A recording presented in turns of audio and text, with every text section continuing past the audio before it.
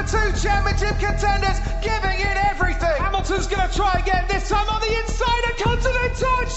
Verstappen is out of the race and that's a big crash. He was never anywhere near alongside. Every driver that's driven at this circuit knows you do not stick a wheel up the inside at Cox. Once again, it's wheel to wheel. Hamilton and Verstappen, and this time Verstappen and Hamilton have crashed out, and they are both out. That's what you get when you don't leave the space. Here goes Lewis Hamilton. He was last at the start of the sprint. He's trying to take the lead from Verstappen, but he is forced wide by Verstappen, and Verstappen himself has to go off the track. Michael, that is all about let them race. So there's apparently no investigation necessary for running you off track. Of course, man. Of course. Elbows are allowed now because the rules say so, and gloves are off. There's a competition, and I think relationship and respect are two different things. I think that I don't need to go to dinner with Toto, you know, I don't need to kiss his arse or anything like that. Lewis Hamilton trying to get into the lead of the race. They go wheel to wheel into the first corner. Verstappen has to bail out. Lewis Hamilton has to bail out. Max doesn't like to yield, does he? He'll use any part of the racetrack. Max, so let's give the position back to Hamilton. Do that strategically. Oh, they've touched and they've collided. Hamilton ran into the back of the Red Bull. Just what is going on here in Jeddah tonight? We've been waiting for this all season long. The finale, the title decider, under the lights here in Abu Dhabi. It's lights out, away we go, and Hamilton gets a decent start, and he's already ahead of Max Verstappen. Lewis Hamilton in the lead, but will he have to give out the place? Yes, of course he will, but the problem he's got is Perez is right on Verstappen's tail. Yes, to get that back. Oh no, Nicholas Latifi has crashed. That will be a safety car. Black cars will not be allowed to overtake. Yeah, of course. Typical decision. It's classic. Oh, that's the price. Why aren't we getting these lap cars out of the way? Those back markers allowed to overtake the safety car. Michael, this isn't right. It has left Lewis Hamilton and Max Verstappen side by side. We're going to have one lap of racing to decide the championship in 2021. Hamilton has the advantage. Verstappen has the faster, fresher tyres. It's a late launch by Verstappen, who takes the lead of the race. Verstappen now snatches the championship trophy from Lewis Hamilton, who's trying to fight back. This race that started with controversy is ending with controversy. No, Mikey, no, Mikey, that was so not right. The championship can only be won by one, and it's going Dutch in 2021. Oh my Lord, Max! Oh my God! Oh my God! Max Verstappen, you are the world champion! The world champion! Oh my God, God. Lewis had done everything that was necessary to win the championship. It was taken away from him, and there's nothing better that they could have done to motivate us. But Red Bull have a target on their backs next year. Everybody has a target on their backs next year. All this to get back on the top. I'm trying to win a world championship again and reclaim my 8th. I need to take back the championship that was taken from me. I need to own it. In 2022, F1 rolled out new regulations, and the ground effect returned to the sport. It was the biggest shake-up in years, and Mercedes were after revenge for 2021. Mercedes unveiled the W13, but unlike its rivals, it had 0 side pods. The paddock was stunned. With the new regulation and the fact that everybody is in the unknown, do you fear that the team will not be able to give you the car capable to win and fight for the championship? Why would I feel that way? May have built a car which is not capable to win the championship. Why would I ever think that? We won 8 in a row. Why would I ever feel that way? Because they can make a mistake building that car. My team don't make mistakes. In the wind tunnel, it made eye-watering downforce. On track, it was undrivable. Bouncing down the straight, and you can see why his back pull would be really hurting here. It looks awful. It does look awful, and you can see that. But this skid, you can hear the car is hitting the ground harder than any other car, because you can hear that. And if you can hear that over the note of the engine, it is going to be painful for Lewis. Lewis Hamilton was being thrown around so violently he could barely walk after races. This wasn't hunting for a championship. This was survival. George managed to win in Brazil. It's a 1-2 for Mercedes. It's gorgeous for George. It's absolutely wonderful for the Constructors Champions. George Russell You are a Formula 1 race winner. Come on, team! And it's come on! So unbelievable! This is just the beginning, guys. This is just the beginning. Mercedes thought they'd found the answers. They continued with their design philosophy over the winter. Then we get in the car in 2023 and it's the evil sister. And in 2023, they won 0 races. The only Mercedes car of this era without a single victory. Last year, I remember complaining to the team and being like, look, we have to make these changes, like otherwise this is the trajectory we're going to go on and this is where we're going to end up and please do something about it.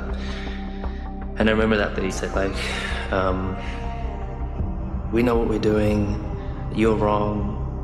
And that was definitely an interesting moment. I mean, I was like, okay, I'll step back, don't want to step on anybody's toes. And then, when we got into the season, then we spoke again, and like, oh, maybe you're right. On February 1st, 2024, Lewis Hamilton lost faith in Mercedes and announced the decision to leave to join Ferrari in 2025. Last year, the development of the car, you weren't happy with me. Yeah. You know, sticking to the concept from last year, holding on to it because of the encouraging results at the end. That's the biggest failure. It's the biggest failure. Yeah. Because last year it led us in the wrong, Yeah. Even the greatest partnership in Formula One history had an expiration date. An opportunity came up in the new year and I decided to take it. I think probably all of us sit in our garage and see the screen pop up and you see the driver in the red cockpit and you wonder what it would be like to be surrounded by the red. And suddenly, every race of the 2024 season became a goodbye. It started badly. Australia, double DNF. The W15 inherited its predecessor's worst traits. Lewis said the slower you went, the less the car wanted to turn. We saw just before that you trying to get past Perez as well, and I think on the radio you said, geez, that car's fast. How difficult is it? How much of a gap do you think there is there at the moment between the two? There's a massive gap. I think they have a second on us, something like that. The speed that he was on fresh tyres, but yeah, just the way he pulled away down the straight, I was like, same as last year. Then in Monaco, the team bought a new front wing. It was more flexible, and suddenly Mercedes was back. 3 wins in 4 races. George in Austria. The British driver will see the flag first, and George Russell wins an amazing Austrian Grand Prix. He beats Oscar Piastri home by 1.9 seconds. Lewis at Silverstone. The crowds are going crazy. Lewis Hamilton wins the British Grand Prix. He takes his 9th win at Silverstone, his first win in nearly 1,000 days in Formula One. It had been 945 days since Lewis Hamilton won a race. He won a 9th British Grand Prix victory, which was a record-breaking moment. Get in there, Lewis! You're the man! Thank you so much, guys. It means a lot. It means a lot to get this one. A big thank you to all the fans here. Love you guys. And what a sign-off for our joint trajectory here on the British Grand Prix. We couldn't wish for anything better. For one brief summer, it felt like the old Mercedes was back. But they weren't. When car is terrible, I feel helpless. I can try and deliver each weekend, but you can only do so much with what you got. My mindset's really like, okay, we've had 2 difficult years. So my goal is to get back on the top. I'm trying to win a world championship again. The rear tyres started overheating. The setup window shrank to almost nothing. Toto Wolff called them false dawns, and he wasn't wrong. I just need to apologize to Lewis, also to everyone in the team that worked so hard in making a great end for him. He was the quicker guy with that kind of setup that we choose on the car, also to experiment for next year, and we totally let him down. They finished 4th in the Constructors, 468 points. McLaren had 666. For the first time in the hybrid era, Mercedes weren't even on the podium of teams.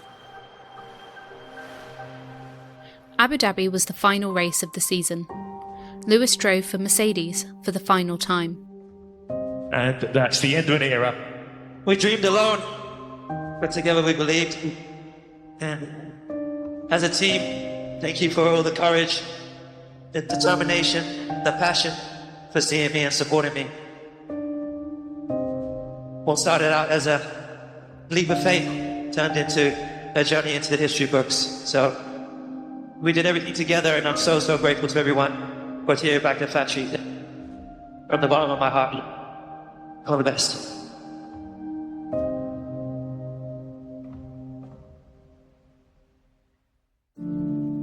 He crossed the line in fourth. Then he did donuts on the straight. Yeah, you can feel the emotion, can't you? Here, seeing Lewis do those donuts for the final time as he steps from the car.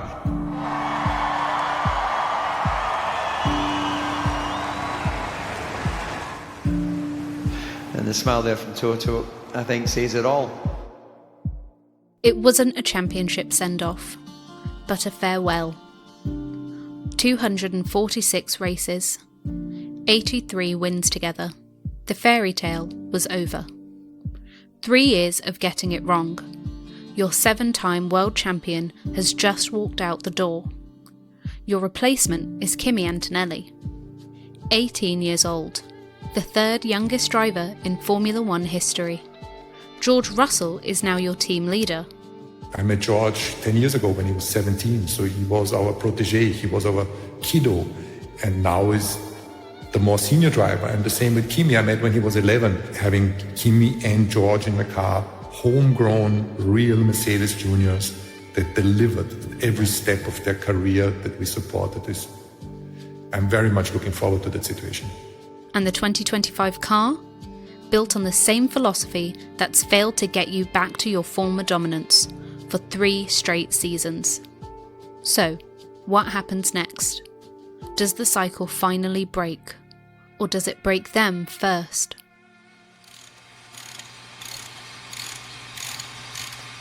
Formula One is back for its 75th anniversary season. 80 days on from the final racing laps of 2024, the Bahrain International Circuit hosts all 3 days of pre-season testing once more. Pre-season testing, Bahrain, February 2025. Mercedes completed 458 laps, more than any other team. George Russell finished 4th fastest. Kimi Antonelli, the 18-year-old they'd plucked from Formula 2, slotted in 7th. No bold predictions, no promises of unlocked potential, just work. McLaren looked ominous. Everyone in the paddock knew it. Some were already worried. And it's about having a car that gives more confidence. That was the thing we were missing last year. That was a bit of unpredictable, and that seems to be a tiny step ahead. But all of you said we have no idea about fuel loads. Yesterday, Norris was on a different planet. Very, very good. Lewis this morning, Sainz on a C2, very impressive. So you really have no idea. But Mercedes had stopped chasing miracles. 4 years of ups and downs had taught them that much. The zero-side pod experiment, the purposing, the flexible front wing that briefly made them winners before the rear tyres cooked themselves to death. This time, they'd done something different. They'd focused on their own work, compiled data, and worked on the 2024 car's weaknesses. George seemed tentative in his comments. Last season, for example, there was such massive fluctuations in performance from all the teams. If you come away from his test quickest or 4th quickest or 3rd quickest, whatever, you maybe not be able to read too much into it, but nevertheless, the car seemed to be performing well. Kimi echoed the sentiment from the other side of the garage. I think, was a positive test. As I said before, still some work to do, but was a decent start, and I really cannot wait for Melbourne. 2 drivers, a proven talent with 7 seasons in the sport, finally stepping into the number 1 role. The other, the 3rd youngest driver in Formula 1 history, carrying the weight of a junior program that had produced a champion. Neither knew what was coming. Albert Park, round 1. Kimi's qualifying had been a nightmare. He'd run wide at turn 6, damaged his floor and dropped to 16th on the grid. But then, we switched to soft, and I think, after T6, car was quite damaged. The paddock questioned the team. Was he too young? Was it too much pressure? Was it another Mercedes gamble that had gone wrong? A bit unfortunate for Kimi, just run wide, not much wider than before, and broke the bib, the front assembly. Then at least tomorrow he's got to have an exciting race, good for learning.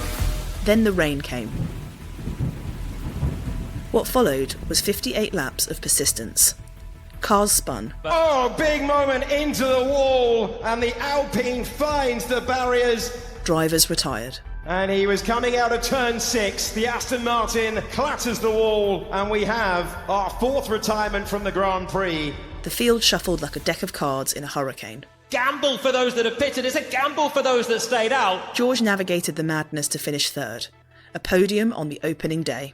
Very good. Points. We know this wouldn't have been our strongest circuit, so yeah, good stuff. Downside better than 12 months ago as well. To come home in P3, not an easy race for anyone, and just keeping it on the road was a handful in itself, but yeah, really happy with the podium. But the real story was Kimi. From 16th on the grid, the teenager carved through the chaos.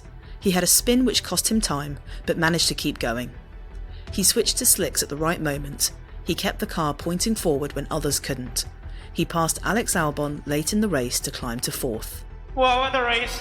Yeah, mega job today, mate. Not bad for your first go. And yeah, some of those overtakes were pretty sweet. Kimi first one, really good, really good. What a result. You are the only rookie that kept it on the road, and we ended up with a P5. That's mega. Then came the penalty. 5 seconds for an unsafe release. The stewards dropped him to 5th. P4 on the road, unfortunately, they've given us a 5-second penalty, so it's bumped us to P5. Oh, man, fuck. Mercedes protested and filed a right of review, and won. Kimi's 4th place was restored. He became the only rookie to score points that day. He kept his cool, and yeah, it was just very impressive to see, and it shows that he has a good future as long as the trajectory keeps being like it is. Super happy. The team did a great job. I was happy also I managed, even though I did a couple of mistakes which costed me a bit of time, especially with the spin, but I have to say conditions were super tricky. The whispers stopped, at least for now. In China, George crossed the line in 3rd. George Russell got within 1.3 seconds of Norris. He completes the podium. I went to lose P2 to Lando, but at the end of the day, this is a result that was the maximum we deserved, and that's why I'm super happy with it. Kimi finished 8th, but was promoted to 6th after both the Ferraris were disqualified. Kimi, well done that you held on for 8. We believe you had floor damage that cost you a few tenths. We didn't want to distract you with that, but you managed that really well. Japan. George and Kimi finished 5th and 6th. They scored double points for the team. Kimi led a few laps of the race. He also set the fastest lap and became the youngest driver in Formula 1 history to do so. Much better than China, and especially on the hard, I felt really good out there and was able to put consistent laps in, and definitely was a nice feeling. Bahrain. George qualified 2nd, starting 3rd after a grid penalty, then managed to muscle past Charles Leclerc into turn 1. We're racing down to turn number 1. Instant launch off the line for George Russell. It's a battle for P2 at the moment. Can Russell get alongside Piastri? With Russell getting close to him, but not close enough. He finished 2nd. George Russell hangs on and crosses the line to secure a 3rd podium in 4 races for him. Saudi Arabia brought reality back. The tyres overheated. And then the second stint, I was pushing so hard to stay with them, and suddenly my tyres got way too hot, and I dropped off the cliff, and I was losing a second a lap in the last 7-8 laps. So P5 is where we deserve to finish, but the performance was pretty underwhelming today. George finished 5th, Kimi 6th. Toto Wolff called it their worst race of the year so far. But something was brewing in the other garage. Something nobody expected. May 2nd, 2025. Sprint qualifying. Now, who's going to take it away? Can it be the McLarens? Can it be Antonelli? Kimi Antonelli gets ahead of all of them! The 18-year-old from Italy is the lead car! Kimi Antonelli put his Mercedes on pole position. Yes, mate. That's P1. Yeah! Yes, mate! Go on! Go on! Well done, lad. Huh? Not bad, not bad. I think we're getting somewhere. Kimi, you're not on Andrea today. Definitely not. 18 years old, the youngest pole sitter in any Formula One format ever. Russell went early and his teammate went late.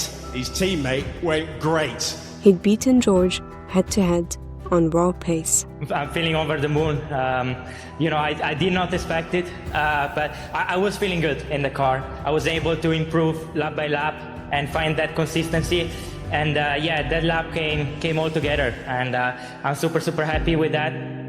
The sprint itself was a tricky afternoon for Kimi. Good and even reaction time for the front row, but Oscar Piastri's diving to the inside. The top two, side by side, and Antonelli goes off at the first turn. He loses 3 positions. Then Red Bull ruined everything. Contact, and that's a collision in the pit lane and damage on the front wing for the world champion, Max Verstappen, with damage on the car. Max and Kimi were running in 3rd and 4th, respectively, when they both pitted at the end of lap 12 to swap their intermediate tyres for slicks on the drying circuit.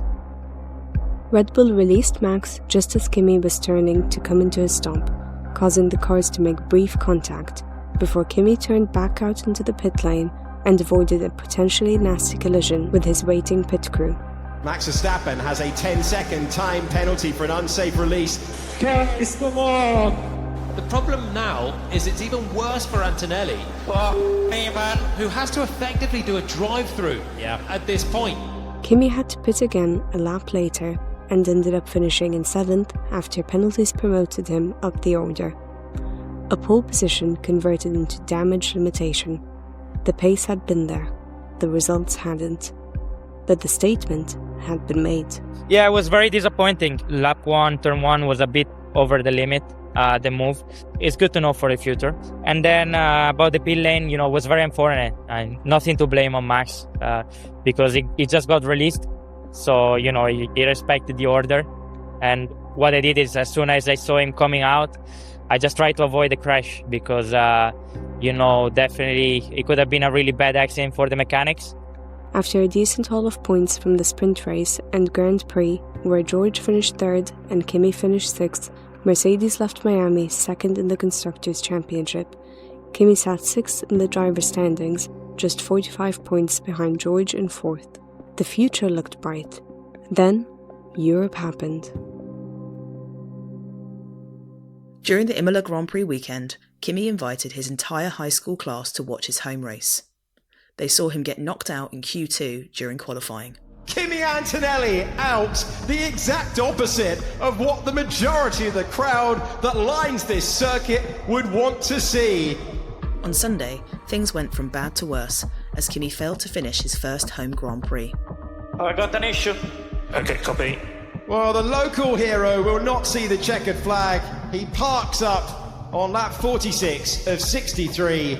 To be honest, I had high hopes, but then after a couple of laps I started to have the throttle issue. Yeah, and then at the end it completely went off.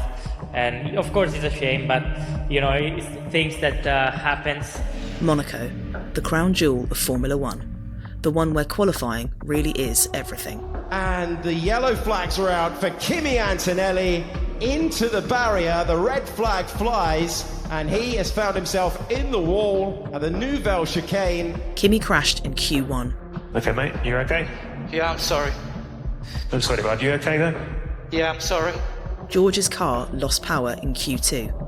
As you can see, that Mercedes moving very slowly in the tunnel. So does he have any power to get back? It looks like it's switched off. And a really, really tough qualifying that is over for Mercedes with 10 minutes still on the clock in Q2. They started 15th and 14th.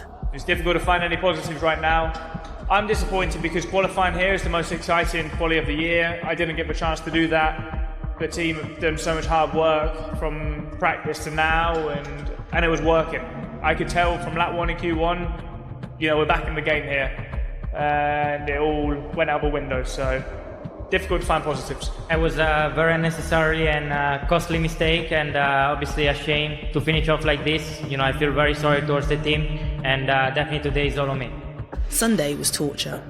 George got stuck behind Alex Albon's Williams. In the fight for the final points, George was frustrated by Alex, who had been driving slowly to create a gap for teammate Carlos Sainz, who was ahead of him, to pit into. He ended up cutting the chicane to pass him, knowing the penalty would come. To avoid a collision from Albon, just slammed on the brakes. So we need to give that position back to Albon.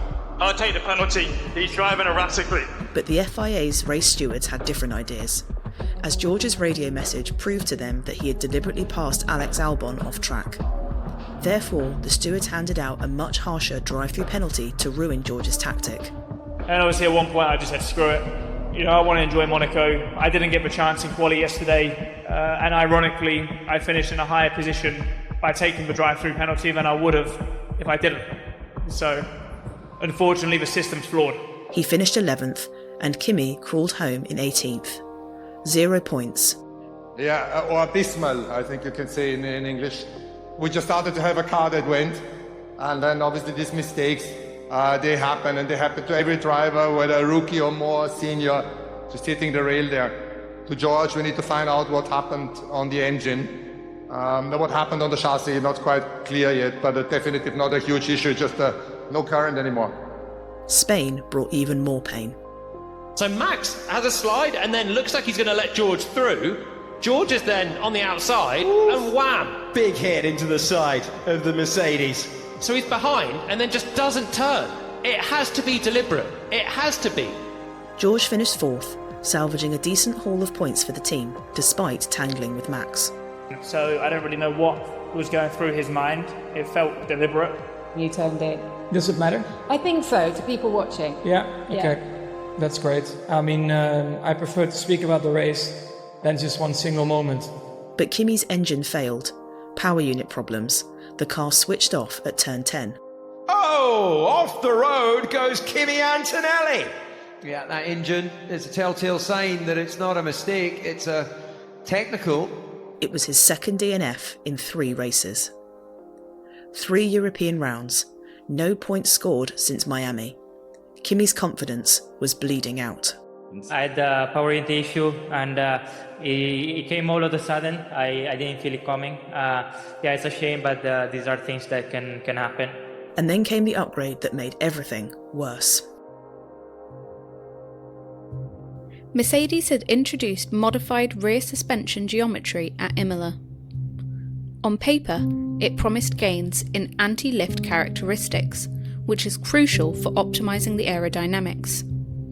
In reality, it introduced problems nobody anticipated. The performance ran away from us, and that correlates quite well with an upgrade we did. We were obviously a little bit caught on the wrong foot because we dominated Montreal with that same car, and that gave us many reasons to believe that the trajectory is right. But then since 2 months we are seeing our performances deteriorate, and now we went back to the bits and the hardware on the car that were good, and now Hungaroring was pretty strong in terms of raw pace, and we hope that we can continue with that momentum into the second half of the year.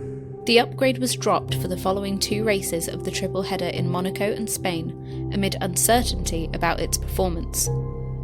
The rear suspension returned for Canada and was used in the next run of races, but George and Kimi found it made the car unstable and harder to drive with confidence. In essence, sometimes it worked, but mostly it didn't. It was a triple header, a really difficult triple header, one to forget, and now a victories at and try to come back stronger in Canada. By Hungary, they'd reverted to the original specification. The upgrade was gone for good.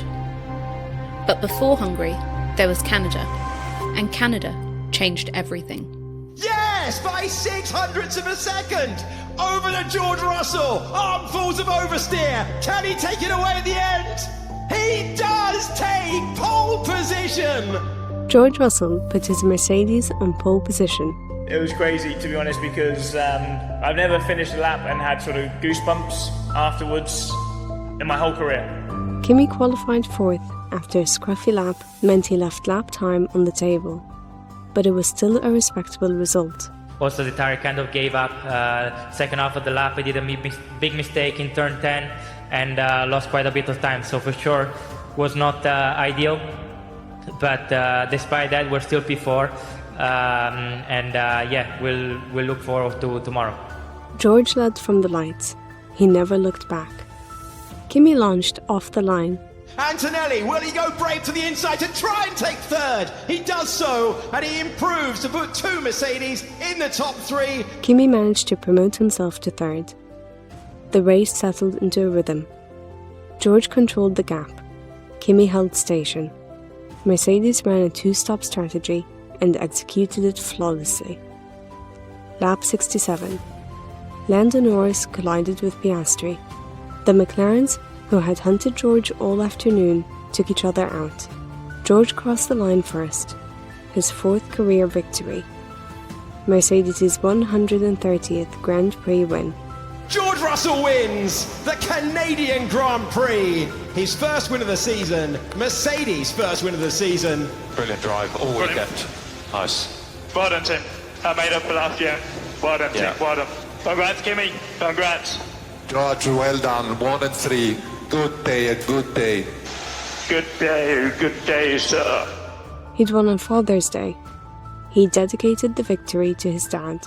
Yeah, I felt good about that race. Obviously, there was a lot of chatter before the race, especially about the start, but I felt good, felt confident. Focused on myself, was fast where we needed to be, and just controlled it from start to finish. So, really pleased to get a win on the board. But the cameras found another story unfolding behind him. Kimi Antonelli, third place, his first Formula One podium. Beautiful work, mate. Oh my god, that was incredible. Oh my god. Oh my god. Thank you, guys. Thank you. Was needed. Well done, mate. Kimi Grande, the Grande grows. The small Kimi grows to Grande Kimi. Thank you, Toto. Thank you. Thank you, everyone. Mega job. And you should see your dad how happy he is and relieved. At 18 years and 295 days, he became the third youngest podium finisher in the sport's history. The first Italian on an F1 podium since 2009.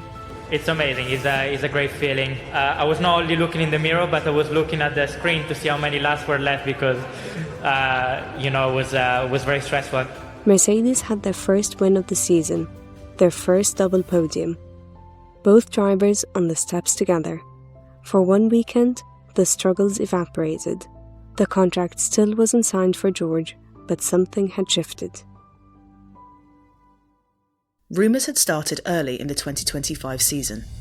There was speculation that Max Verstappen could change teams after Red Bull advisor Helmut Marko voiced serious concerns about retaining him after a disappointing Bahrain race. I just keep working, keep trying to improve the car. Now, naturally, Bahrain wasn't a great weekend for us. I think we were all pretty disappointed with that. And we just keep on trying to improve the car, come up with new ideas to try on the car. Competition is tough. And that's how I go about my weeks, just trying to improve the situation. So he's getting the wrong end of the stick. You're not thinking of leaving Red Bull at any time? No, I think just focus on commentating, I'll focus on driving, and then, you don't need to think about any other scenarios. A reporter asked about George's contract. George could have deflected. Instead, he lit a match. I have to ask, why haven't you got a contract yet? I think you're asking the wrong person, to be honest. So, I don't know, to be honest. It's not really something we're talking about that much. And then he kept going. As Mercedes, they want to be back on top. And if you're going to be back on top, you need to make sure you've got the best drivers, the best engineers, the best pit crew. And that's what Mercedes are chasing. So it's only normal, conversations with the likes of Verstappen are ongoing. But from my side, if I'm performing as I'm doing, what have I got to be concerned about? There's two seats in every Formula One team. Suddenly, it was all out in the open. Mercedes were chasing Max Verstappen, and George Russell was being made to wait.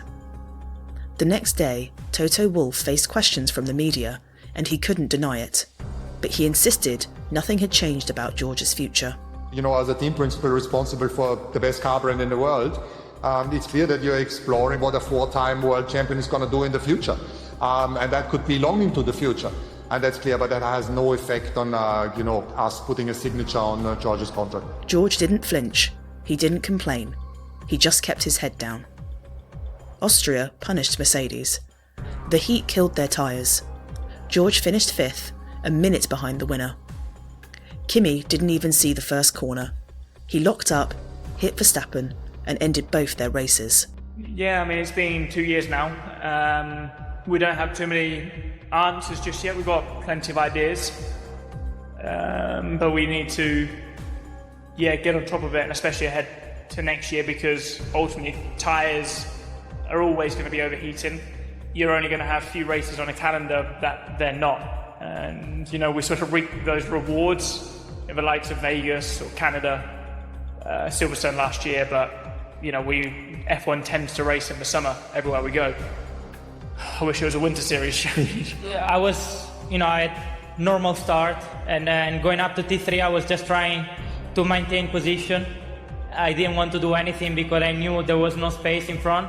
But then when I hit the brake, I locked the rear, and I got caught by that. And when I locked the rear, I lost the car, and then I had to first avoid the racing bull. But then I just couldn't stop the car, and unfortunately I hit Max, and I just feel very sorry towards the team and him, of course. He was hit with a 3-place grid penalty for Silverstone, another setback. Silverstone brought defiance. George arrived at his home race and faced more questions about his future. The longer this saga goes on, George, do you start to question the team's loyalty to you? I mean, there's a lot of conversations behind the scenes that are not public, and I know where their loyalty lies, and it doesn't need to be public, it doesn't need to be broadcasted to everybody. We've obviously spoken, a little bit more over the last week because, there's numerous news articles and whatnot out there. But in all honesty, it doesn't really change anything my side. Silverstone brought rain, confusion, and frustration. George gambled on slicks during the formation lap. It backfired. He finished 10th, and Kimi ended up retiring from the race after being hit from behind by Isaac Hadjar, which caused irreparable diffuser damage. Really disappointing day. Hindsight's a wonderful thing. We could have done things differently today and come home with a P4, and we could have been saying, we should have done this or that. If you've got a fast car, you can afford to do what you want, and you'll always find yourself in a good position. At the moment, unfortunately, we don't have that luxury. Yeah, I mean, the whole diffuser was gone, so it was pretty undrivable, the car. And it was a shame. I was just a passenger, but I think also Isaac was a passenger because he couldn't see until he was into my back. So, just a shame to have ended with another 0. Then, Red Bull imploded. Christian Horner was sacked as team principal, and Lauren Meckies, fresh from Racing Bulls, stepped in. In Belgium, Max won the sprint race, and then he finished 4th in the Grand Prix. Mathematically, he could no longer drop below 3rd in the championship by the summer break. His exit clause had expired. He couldn't leave Red Bull, even if he wanted to. July 31st, 2025. The Thursday before the Hungarian Grand Prix. The last race before the summer shutdown. Max Verstappen finally ended the speculation. But the thing is always that, people are waffling so much, throughout the whole season, while the only one that actually can or should speak is not speaking. That's me. And I do that on purpose because it makes no sense to start throwing things around. And actually, that should be the same for everyone. Some people just like to stare at the pot. Some people just like to create drama. But for me, it's always been quite clear. And also for next year, I'm discussing with the team already the plans, the things that we want to change for next year. So that means that I'm also staying with the team for next year. If my boat is next to Toto's, then the boat is next to Toto's, Mercedes' Plan A was dead. George Russell seemed relaxed about his future with Mercedes. I've sort of waited so long. I want to make sure it's right, and it's got to be right for the team. It's got to be right for myself. It's got to all make sense. The power had shifted. Max had said no. The exit clause had expired. And suddenly, George Russell wasn't the one being made to wait. He was the one choosing when to sign. The race itself told a different story. Mercedes had made a crucial change. They reverted to the old rear suspension specification. The car responded immediately. Both drivers reported better balance. more consistency. Unusually fast today, they seem to make a decent step forward. McLaren are obviously in a league of their own. Yeah, we just need to find that last little bit for it to start clicking again for us. Today it wasn't a breakthrough, but it wasn't like we were expecting it to be a breakthrough. So yeah, we just got to keep on chipping away. George qualified fourth. He passed Norris at the start, hunted down Leclerc in the closing stages, and claimed the podium. Third place. Kimi qualified 15th after a messy Saturday, but drove a warrior's race. He extended on the hard tyre for nearly 50 laps, defending from fresher cars, and claimed the final point in 10th. I mean, first point of the European was tough because, first of all, it was not the plan to do one stop. Considering the position where we were, we decided to just keep going, also because the pace was quite decent, and especially when I was in free air, I was able to improve the time and be consistent. Then came the summer break, and George Russell made his move. He chose not to negotiate during the shutdown. He wanted space. He wanted clarity. When the circus reconvened at Zandvoort, the dynamic had changed. Mercedes needed George, and George knew it. We're talking just about formalities. It's not even a negotiation anymore. It's what is it we can optimize for his performance? How are we organizing his travel, his marketing days? And we didn't want to discuss that over the summer break, although we were not far from each other. We wanted to be out of each other's faces in terms of, contract talk, rather enjoy the downtime. Zandvoort was messy. Kimi collided with Leclerc, penalties, damage, another DNF by classification. A slow exit of the pit lane, but the Ferrari team and Charles Leclerc cover off Antonelli. Antonelli's tyres are up to the working range. Oh, he hits him! Kimi Antonelli into the side of Charles Leclerc. The Mercedes and the Ferrari make contact, and both Ferraris having drama at turn 3. The safety car is out again at Zandvoort.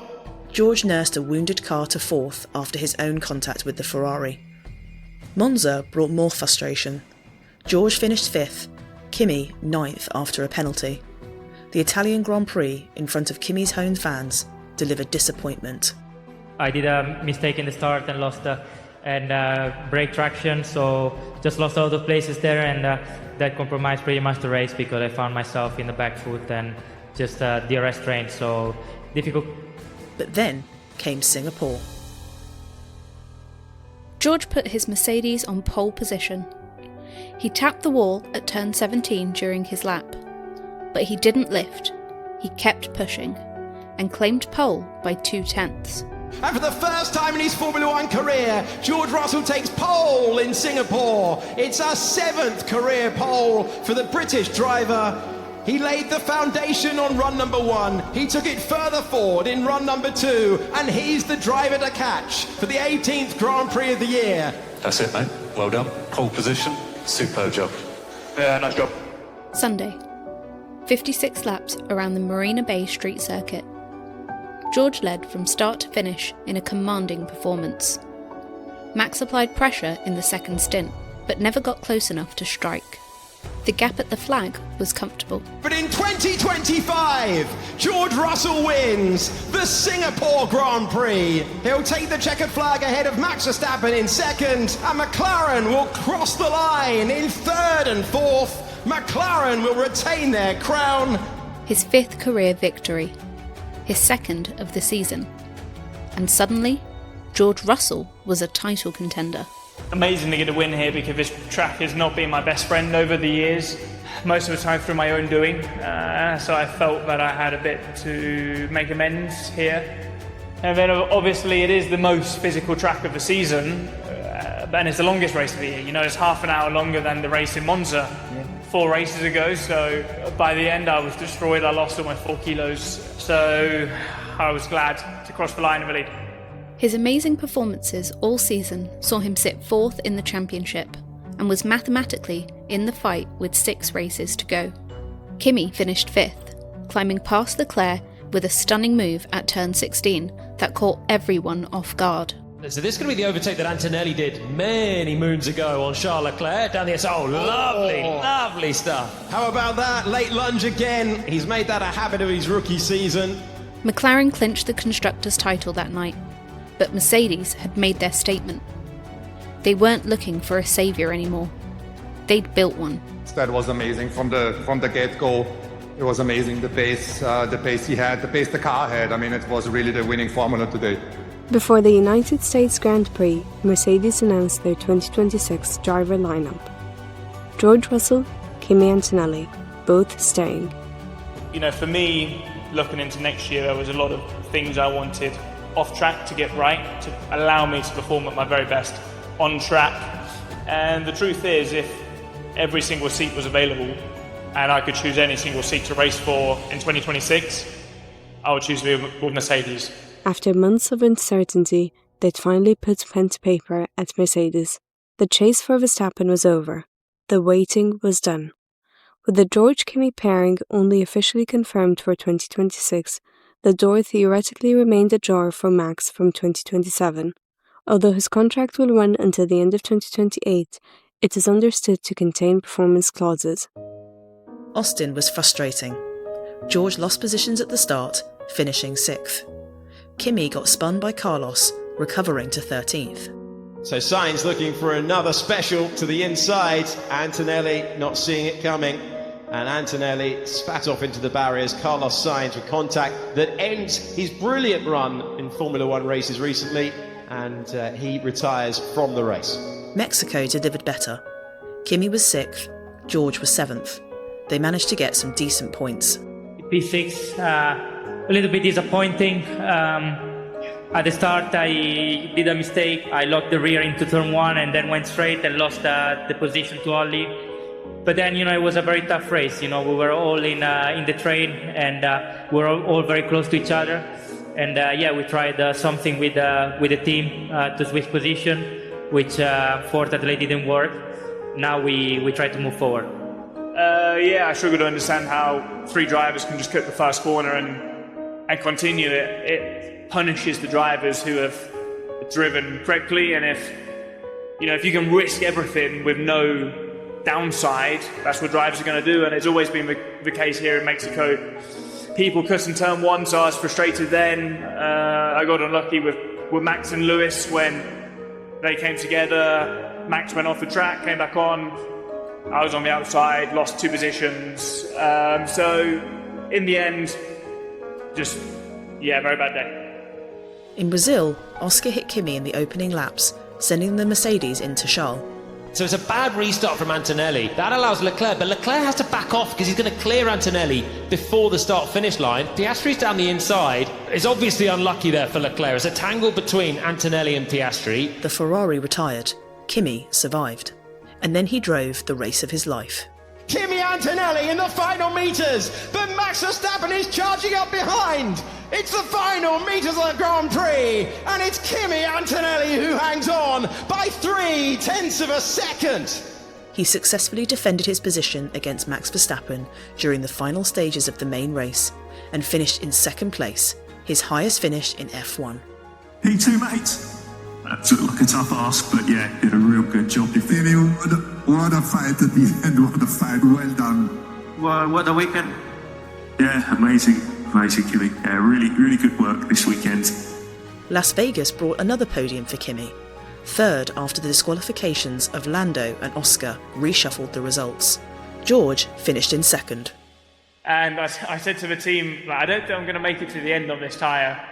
But they were pretty confident considering the gap. But every lap was just so painful. I was going slower and slower and slower. I was like, this is not fun. So by the time the teams were heading into the final race in Abu Dhabi, Mercedes carried a 33-point advantage over Red Bull.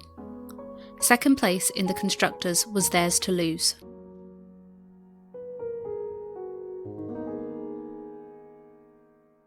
The race was underwhelming for both drivers. George finished in 5th place, never threatening the top 4. Kimi wound up 15th, the alternative strategy failing to deliver.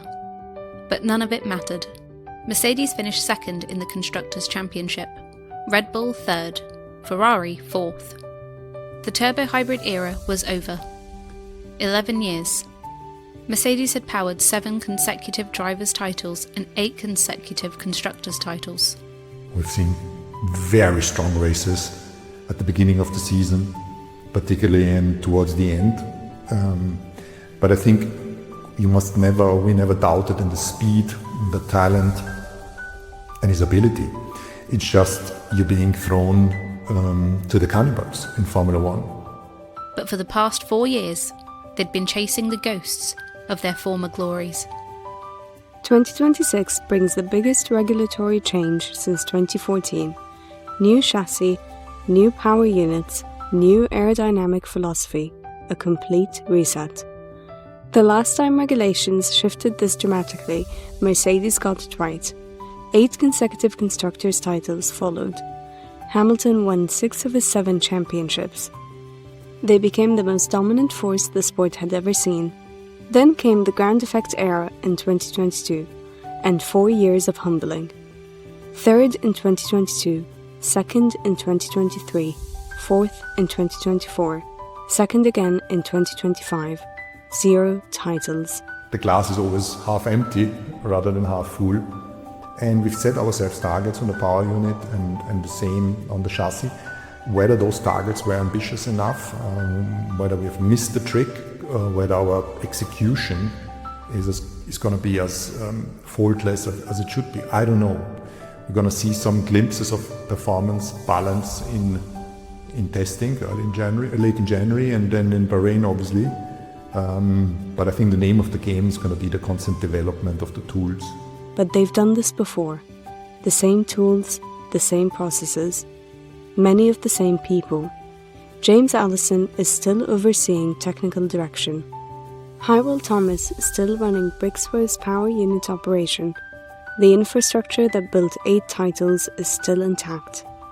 4 years of failure have sharpened them, taught them what not to do, what to trust, what to question. George Russell will be 28 when the season begins, 4th in the 2025 standings, 2 wins, 9 podiums.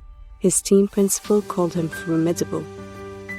Kimi Antonelli will have 24 races under his belt, 3 podiums, 1 sprint pole, a complete rookie season with all its scars and breakthroughs. We did a lot of laps also today, 90 laps, so really good mileage for the team. And, I'm happy because been learning quite a lot about the car, and just looking forward to be back in Bahrain. Producing this car, the power unit's been in production for a number of years now, and obviously this car, everybody at Brackley's been working so hard over the last 12, 14 months to prepare it, and just really excited to go racing now. Mercedes chose Russell and Antonelli. Mercedes chose its junior program graduates, not Max Verstappen, not a higher champion, their own homegrown talent. The first Bahrain test had already delivered a reality check. George admitted Mercedes had taken a step back. The competition looked fierce. McLaren, Ferrari, even Red Bull with their new Ford power unit. We've taken a step back. We have had some reliability issues. Our competitors have hit the ground running, especially Red Bull. They look very strong with the power unit. And there was the same on day one in Barcelona, so kudos to them for an amazing job that they've done. But we need to focus on ourselves and try and find some more performance. Nothing is guaranteed.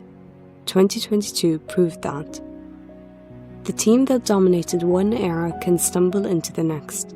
But Mercedes had been tipped to be better than the rest before the 2026 season has even started.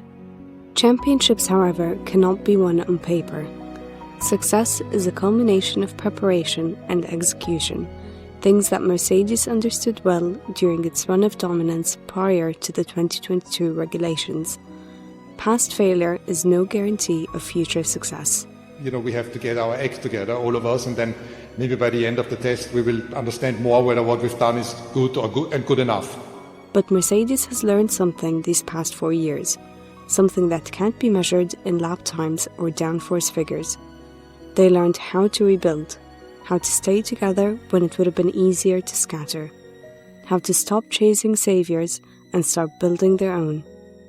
2026 will answer the question, was it enough?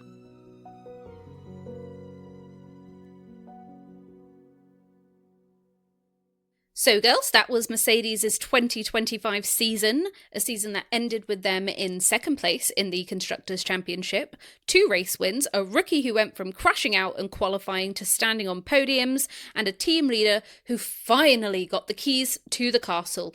I'm just going to add, we are recording this on George Russell's birthday. Happy birthday to our favourite F1 Karen.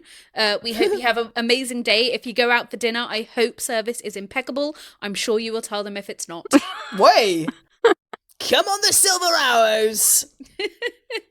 So the question for Mercedes is, was this season actually progress, or just a slightly better version of the exact same problem they have had since 2022? Mercedes spent most of 2025 publicly chasing Max Verstappen. We just had Valentine's Day. Toto Wolff was trying to, secure his hottie Max Verstappen, who was playing hard to get, playing uninterested, and eventually he had to settle for the less attractive best friend. What the fuck? Which part of the question are we answering? That was 2 questions in one. Shush! I was about to jump in. You're like, and let's talk about Max. It's called a 2-part exam question. Yeah, please get with the programme. So they made George Russell wait for a contract while they flirted with Max, who ultimately said no. Toto later admitted that it was a mistake and destabilising. Do you think that this was an error in leadership or just due diligence? I mean, the law on this little part of F1 is that when Max Verstappen was in the junior leagues, Verstappen was a very, very, very hot bit of property, and teams wanted him to progress into Formula One. And Mercedes really wanted him, but they didn't have any spots in their little squad to be able to offer him. So they ended up losing out to Red Bull, and the rest is fucking history. Not that they were doing badly themselves, because they were winning a lot of stuff, but they did recognise that they'd lost an opportunity to have a very major young talent signing on their squad. So I think that recognising that part of their reasoning for trying to get Max would be, one, he is the best driver on the grid currently. He has the best run of form. The fact that he brought the 4th fastest car to the title contending final race of the season tells you all the things you need to know about Max Verstappen and how fantastic he is. But I also think that Mercedes were trying to make sure they didn't do the same mistake twice in 2025. And they lost out the chance in 2014, potentially, and they didn't want to do it again in 2025. So I do think that it wasn't a catastrophic error in leadership from Toto, because I think there would have been a lot of people that were like, hey, doing the same thing over and over is, stupid. Let's try something different. Let's try and get him this time. However, I do think that due diligence turned into quite an embarrassing run of press that George Russell had to deal with. Yeah. Considering he was the leader of their team, stepped up into Lewis Hamilton's shoes after he departed for Ferrari, gave his most impressive season. Yeah, he was doing well. He was doing very well. So it wasn't like he was constantly crashing out, causing damage, losing points, and it was like, oh god, we need to replace this guy because he's just hemorrhaging points. He was actually doing incredibly well, and it was still not good enough. Yeah, and I think that it was kind of a public humiliation that happened quite a lot, where he had to keep answering about his contract negotiations, which is, 1, a private thing, 2, a lot of speculations, and the rumour mill was really going, and ultimately I feel like Max moving to Mercedes wasn't going to work at that current time. We obviously touched on it at the start of the episode. 2021 was a hotly contested season. I do wonder how Max would be able to fare in a team that his championship win caused that team a lot of pain. So I don't know how that would have worked. On top of the fact that it's just a very different philosophy of team. As we mentioned in our Red Bull episode, that they are a very cutthroat motherfucker way of going about things, whereas Mercedes, they're a lot less brutalist, they're a lot more nurturing, no blame culture. They seem to keep people in the team and work through issues and mistakes and try and, be more positive about things, and a bit more holistic, should we say. So I wasn't sure if it was going to work, but for the drama, I'm sure people that are, long-time fans will remember, I said that I wanted to hit the chaos button, and I wanted George to go over to Red Bull, and I wanted Max to go over to Mercedes, and then I wanted Toto and Christian to suddenly start battling it out, every single weekend. Obviously, Horner ruined that dream because of his awful ways, and then obviously it hasn't happened with Max. But that's my 2 pennies worth. What are you girlies thinking? I mean, I get where Toto and Mercedes were coming from wanting to sign Max, because who wouldn't want to sign Max, especially at a time where at the start of the season Red Bull were underperforming, at least for Max's standards, so it was the perfect time to kind of sway him to their team. But it was, like you said, a humiliation for George. And also I think George's performances this season was very underrated, and so was Mercedes as a whole, because, you know, yes, they didn't have as much talking points and as much drama as the other teams going on. I felt like Ferrari was more of the team that was talked about, even though they were P4 in Constructors. The same with Red Bull with Verstappen's comeback. But with Mercedes, what made them shine was that they were very consistent across the season. You know, Kimi Antonelli's performance separately was incredible, but also George's performance was really, really incredible. Him getting 2 wins, and he did amazingly. And for him to have gone through this whole contract drama and still kept his head high, still kept consistently performing and getting podiums and getting points. He's a very good driver, and with the talks about Mercedes being, you know, the team that will most likely shine in 2026, I think George has a very good chance of winning a drivers' championship in 2026. So if Mercedes were to let him go, that would have been a big mistake for them, because I think he's on his way to becoming close to the levels of like Max Verstappen and potentially like Lewis Hamilton. Give him a few more years. I don't know if he'll get 7 championships, but I do think he'll get at least 1. Okay. Do you think that the flirting with Max has potentially damaged Russell's confidence, though? Do you think that it's going to have an impact in future seasons when it comes to contract negotiations? He obviously chose not to negotiate during the summer break. You know, that could have been like a bit of a power move, like, oh, now that you know that you can't have Max, suddenly you're coming back to me. I'm going to make you wait now because you made me wait.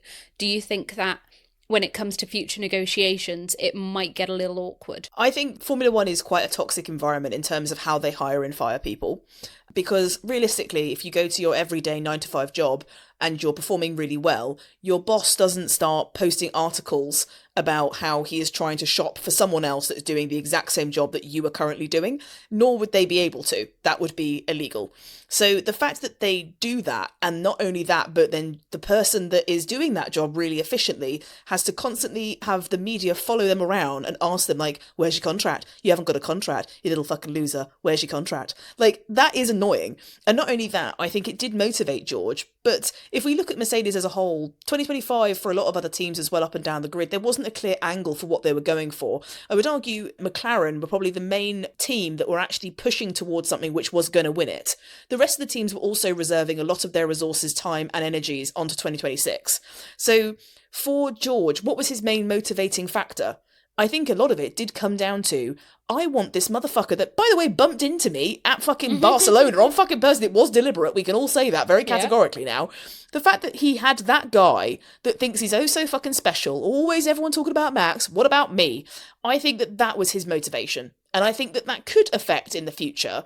If George is able to be a championship contender this year, I think that he's got more room to say, pay me more, treat me better, and get that fucking name out of my mouth. Out of your mouth. That's what I was going to say. I was going to say, weirdly, I think it's not going to ruin his confidence. I think it's going to make his ego bigger. Because I think the chance that Mercedes had to get Verstappen into their team was 2025. I very highly doubt Max will be considering his options to move to another team, especially under new leadership now with Laurent Mekies. So I don't think they're really going to get another chance to get him there. But with George, it's exactly that. I think his ego is going to inflate, especially if he becomes, close to getting a championship in 2026 or even winning one. And I think he will be demanding more money. He'll be demanding more respect because he's like, okay, now I'm the number 1 driver and I'm the one who's going to be able to win your championship. And that he's going to make them regret their choice to ever pursue Max in the first place. You bringing up the conflict between George and Max as well, the fact that the year before, at the end of the season, there was all of those really toxic interviews and stuff with Max threatening to put George's head in a wall and George calling him a bully, and like Toto was with George in those press conferences and stuff, sort of like his bouncer behind him, like, I will protect you. And then to suddenly, a few months later see him like going after him, it's like, whoa, bro code went out the window. Yeah, I mean, in the time that Lewis was with Mercedes, we never really saw Lewis's seat ever up for discussion. And I think that maybe that is because Lewis already arrived at Mercedes a world champion. There aren't many champions on the grid currently, and Max is by far in the best run of format of all of them on the grid, Lando Norris included, I would argue. So I do think that that adds weight to it, but I do think you're hugely disrespecting potentially a champion in waiting. So it's a difficult one. I do love George, I can't lie. For the preparation of this episode, I had to be listening to lots of his interviews. He loves a chat. He loves a chat. He loves a chat, loves a joke. He's a very good driver, and I do think that no matter where he goes in the future on the grid, I think he definitely has a right to be there. And I think the 2025 season, we talk about Max not having the right car, but still being able to drive the hell out of it. George did the same thing. He had a very similar season. He just didn't have a car that was consistently as pointy as Max needs it to be fast. George wasn't able to find that groove in the same way, but the Merc wasn't competitive enough. That is just it. And George doesn't have the luxury of having a car purely built for him, because Mercedes don't operate like that with those two. So it is different. They're two different characters, but oh my God, could you imagine if it was George versus Max for this year of the championship? I would lose my... I would actually happily not do any socialising for the whole year and just stay in until it was race week again. Imagine if it was if Ferrari actually got their shit together this year and it was George versus Max versus Lewis. Fuck off. That would get so toxic. That would be Who the insane. fuck do you fucking vote for that? Every single one of them I would have a reason to root for. 7-time champion trying to go for his 8th. Fucking iconic. George Russell trying to go for his 1st. Best Karen you've ever seen. Fucking iconic. Max Verstappen with a Ford powertrain no one thought could be competitive, going for his 5th. Fucking iconic. I'm after every part of it. I'm after the fashion, the drama, the interviews, the swearing, the radios, the strategy. I want it all. That would be sick. Yeah. That would be. Kind of going to start manifesting. Say no disrespect to McLaren, but they're too nice. Yeah. Sorry, but they are too nice. Okay. The person we haven't mentioned properly yet, Kimi Antonelli. Mercedes threw an 18-year-old into the second seat, replacing a 7-time world champion. He is the 3rd youngest driver in F1 history, crashed at his FP1 debut in Monza when they had just announced him. Oh, that was fucking awkward. That was really awkward. That was so awkward. I felt secondhand embarrassment. Yeah. All the honestly, way. same. All the way over in our Airbnb. But he also took sprint pole in Miami in the last season, and he finished on the podium 3 times. I got secondhand pride all the way from the UK. Sorry, just to finish that loop.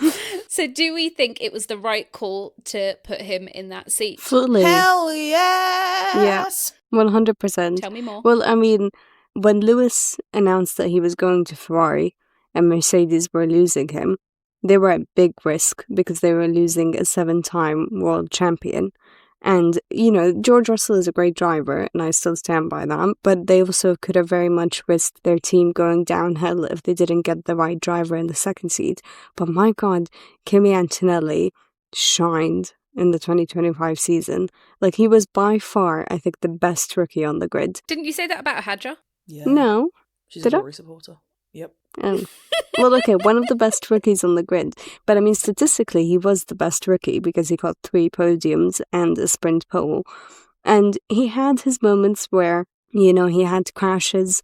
He had one with Charles, one with Max. He had the unfortunate run during the 3-week European header.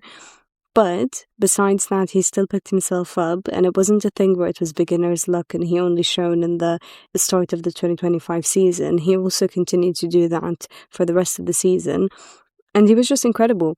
Mercedes didn't suffer with the loss of Lewis because they had Kimi, and they were able to deliver very consistent points, and Kimi was actually very competitive in that seat. And that's why they ended up getting P2. And we go back to that conversation of Red Bull and Max carrying the team one-handed. Mercedes was the complete opposite of that. George wasn't carrying the team one-handed. Kimi was right alongside him. And that's the reason they had such a great season. High praise. Yeah. If we think about Max, you know, he joined Formula One in 2015 and then he was in the Red Bull seat for 2016.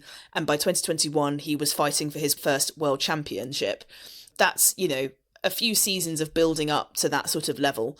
If you look at George Russell, he joined in Williams, he moved up to Mercedes, and after 7 seasons in the sport, he is now potentially, if Mercedes get this engine bang on, could be fighting for his world championship for the first time. He would tell you that he was last year. Because he was still mathematically in contention with 6 He races can tell to go. me whatever he fucking likes. That was not going to happen. So, Rude. The fact that, our podcast is not at a level where he would ever say yes to it is his loss. He can't argue back with me. If he finds me on Twitter, shit. Anyway, that tells you that around 7 to 8 seasons in Formula One is kind of the prep time before you start being able to battle at the front. Of course, that's not the same for everybody, but I'm just giving 2 examples that kind of gives that narrative.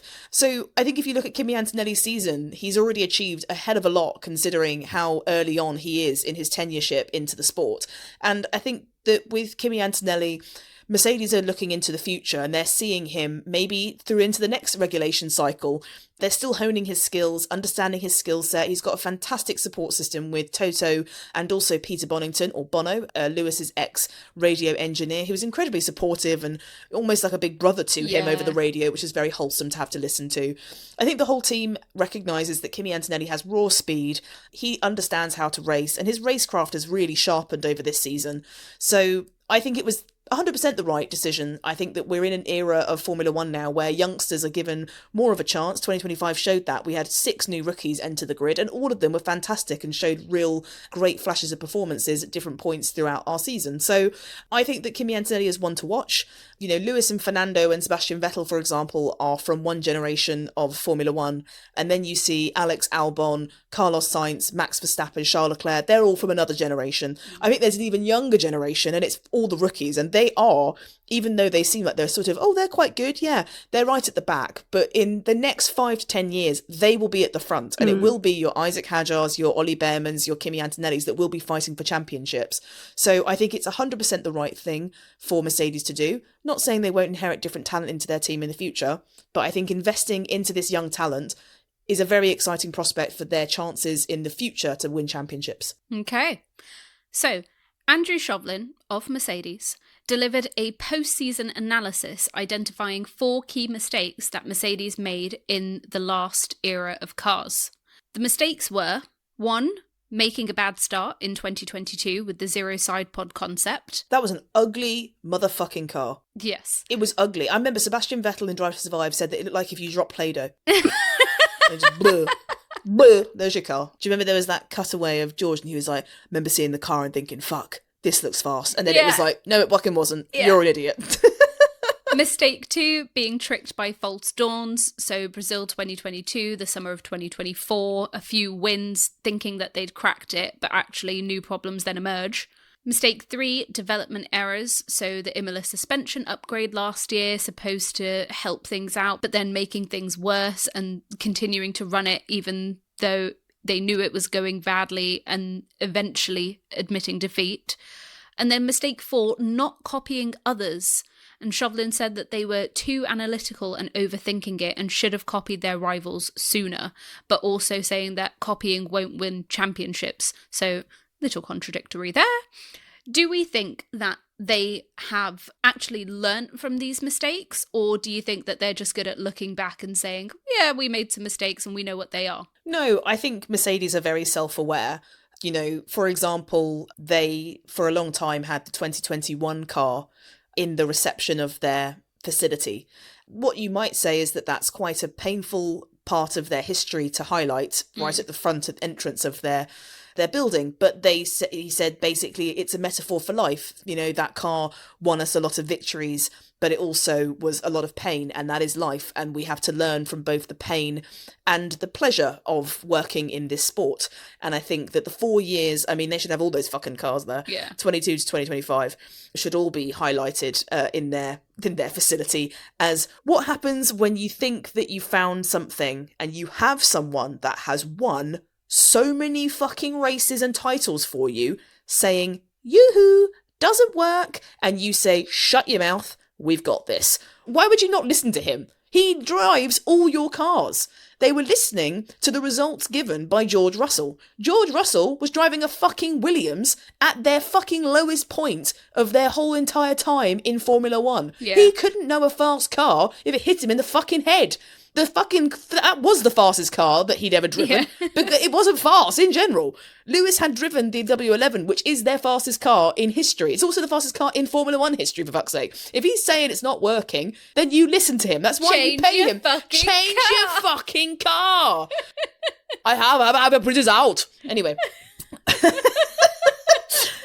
But it was a muck of their own making, of which they ran themselves, because it's like if you have a toxic relationship, you can look at like, oh yeah, but they haven't told me I'm ugly today, but they have multiple times. It doesn't matter if you have one day where they're not that awful to you. You've had 100 days of them being a twat to you. So if you stay with this bad relationship, you're not ever going to get married. I love your analogies. Sorry. Fresh out of Valentine's Day. I can tell you felt that one. I don't know what you're talking about. I'm in a long-term relationship. I'm very happy. Anyway. Definitely spend all my time chatting about cars.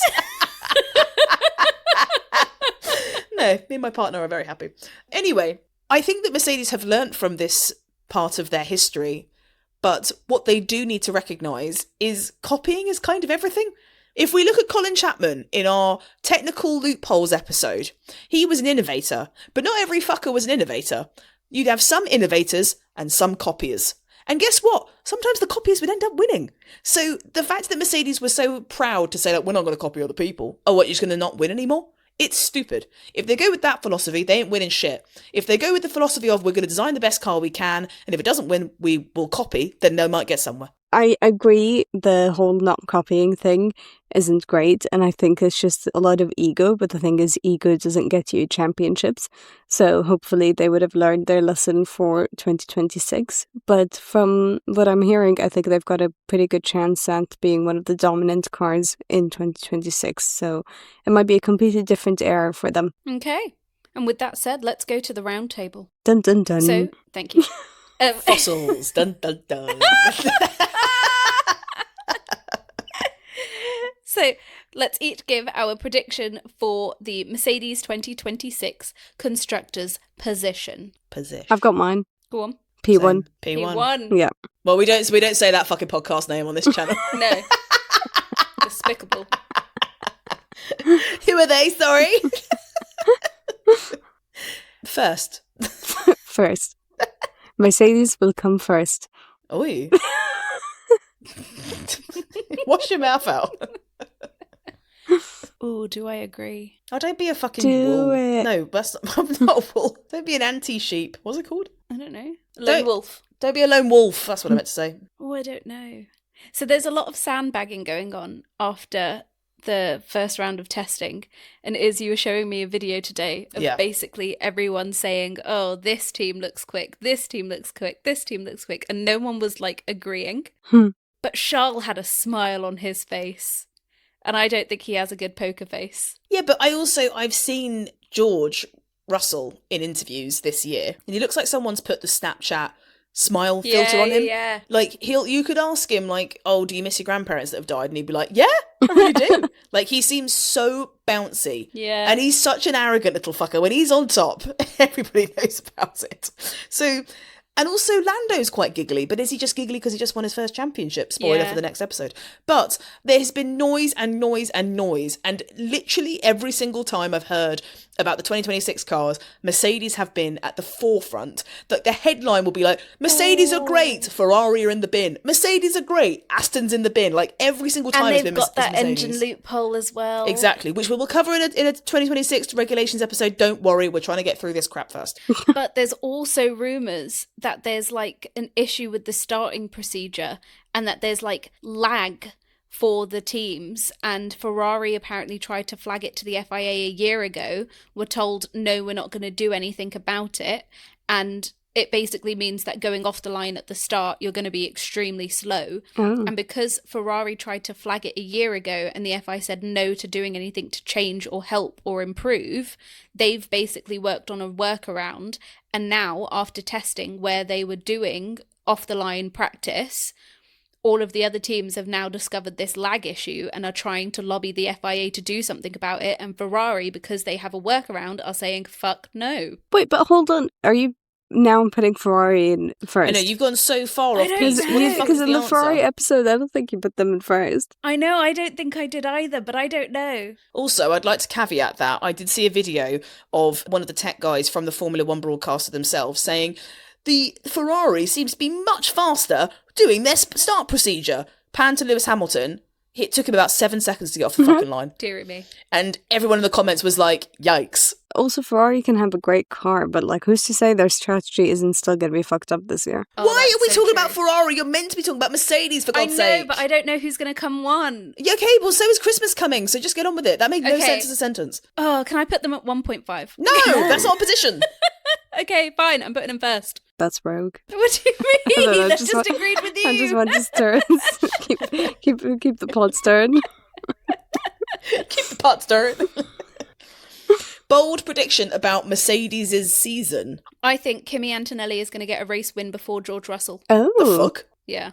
As if. There's been races where George, I feel like, has probably said, like, if I put on wet tyres during this dry race, will I be able to win? Like, he does anything. He pulls out anything from his bum to be able to win. But I think he's going to be too desperate for it and he's going to make silly mistakes. Oh, Kimmy's more relaxed, huh? Yeah. Like, kind of like, oh, I don't care if it comes my way. I don't mind. He's just a kid having fun. I'm just having fun. Yeah. This is like a fun thing. I just play video games and eat cereal. Mine is George and Kimi are going to have a drama this season. George and Kimi? Mm-hmm. I don't think you can beef with an 18-year-old. I think George can. Sorry. George can.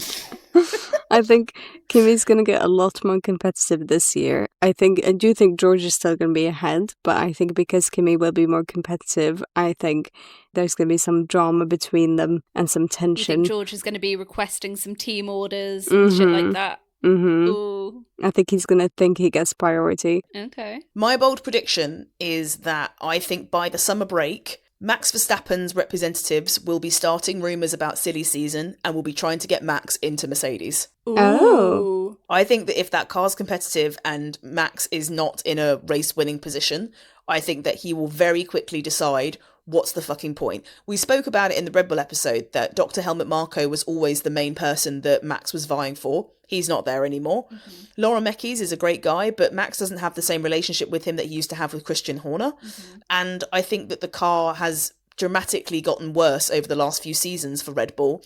And even though they are a formidable team with a lot of success in their back pockets, engines isn't their strong suit. So if that isn't all lining up for Max, I think that he will start being like, listen, I know Toto has a yacht, let's get on the yacht. And who do you think he replaces? Kimi Antonelli. Oh, yeah, because I was going to say. So you think George and Max can be teammates? No, but I think that it might happen. Yeah, but then how? Because the thing is, how would they say yes because I'm thinking George is going to be close to winning a championship this year or winning a championship this year. So there's no way they could replace George if he's in that position. But then there's also no correct. way. That's why I said Kimi Antonelli. No, I know. But then going into 2027 then, who do they help with the championship? The one that's already got 4. But not the one that just won it. But then it's so risky getting rid of Kimi as well. Because Kimi's also such a great driver. He just needs to cook. Kimi could go to Ferrari. An Italian in an Italian team. And then Lewis retires. Yeah. Or Leclerc leaves Ferrari. Because Oh. there are rumours. Yeah, but I think Lewis will still retire. I actually cannot wait for silly season. Same. That's my bold prediction. Like, and I'm actually, so now that we've excited. spoken about it, I think it has legs. So that's my bold prediction. Okay. And now your confidence level on a scale of 1 to 10 in Mercedes being genuine title contenders. 10. 1. What? 1 is you have no hope. Oh shit, 10. Sorry, times that by 10. My bad. 10.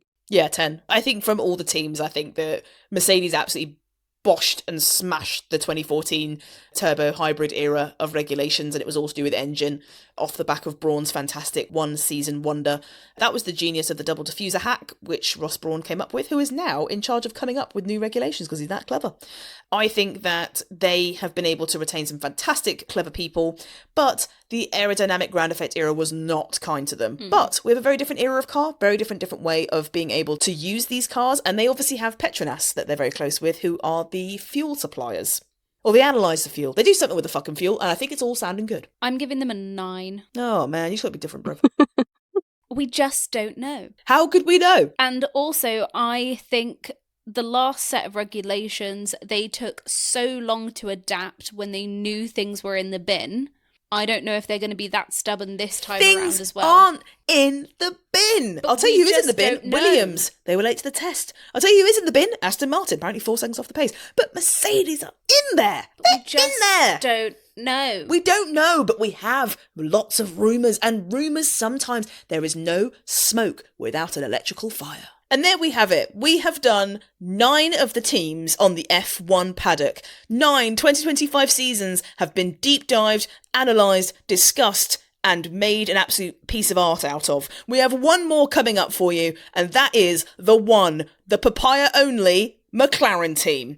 Coming to you at some point next week. I hope you're enjoying the series. If you would like to follow us, then you are on the right track of thinking towards making us much more popular than we already are. You can find us on X, Instagram, TikTok, and YouTube. And we all have our individualised profiles. There isn't much going on there currently because we are all consumed with having to do this podumentary, which is a joy to do, but my God, is it a lot of fucking work. Also, please leave us a review if you'd like to. If you don't much like us, then don't fucking leave one. If you quite like us, then leave one. It's not that fucking hard, do you see what I'm saying? And it doesn't cost you anything. We're not one of these people that are constantly like plugging shit. All we do is plug good stuff that's literally free to listen to. So just give us a go. Like, what's it going to do? It's not going to hurt you, is it? Just do it. You can follow loads of people. Just mute us. We don't give a fuck. Mute us. Follow us. I don't care if you look at our shit. Please, help. Yeah, the more popular this podcast gets, the more I can talk about it when I go and socialise and or mention it at work. But it's not big enough yet to talk about it with people that I don't know that well. So just keep helping us. I hope your 2026 resolutions are going well. Mine have currently fallen in the bin, but they will get better, I think, as the season progresses. At this point, just fade it out. Sorry, it's nice to talk to people. Sorry, her ADHD is kicked in. Don't out me like that. We are very, very, very excited for the 2026 season is hurtling towards us quickly. We've got a lot of content to show you. I've got a lot of stuff to make. It's like someone trying to fill an essay with unnecessary words and sentences. It's literally that. Are you trying to get us to a certain duration? I'm just trying to chat. To who? It's a one-sided chat. I know what she's doing. I know what she's doing. The recording is at 2 hours and 27 minutes. She's trying to hit 2 hours 30. What the fuck? I can't even see that it says that. My eyes are strong enough. Listen, we've had a great time recording this. We hope you've had a great time listening to this. No. One more thing.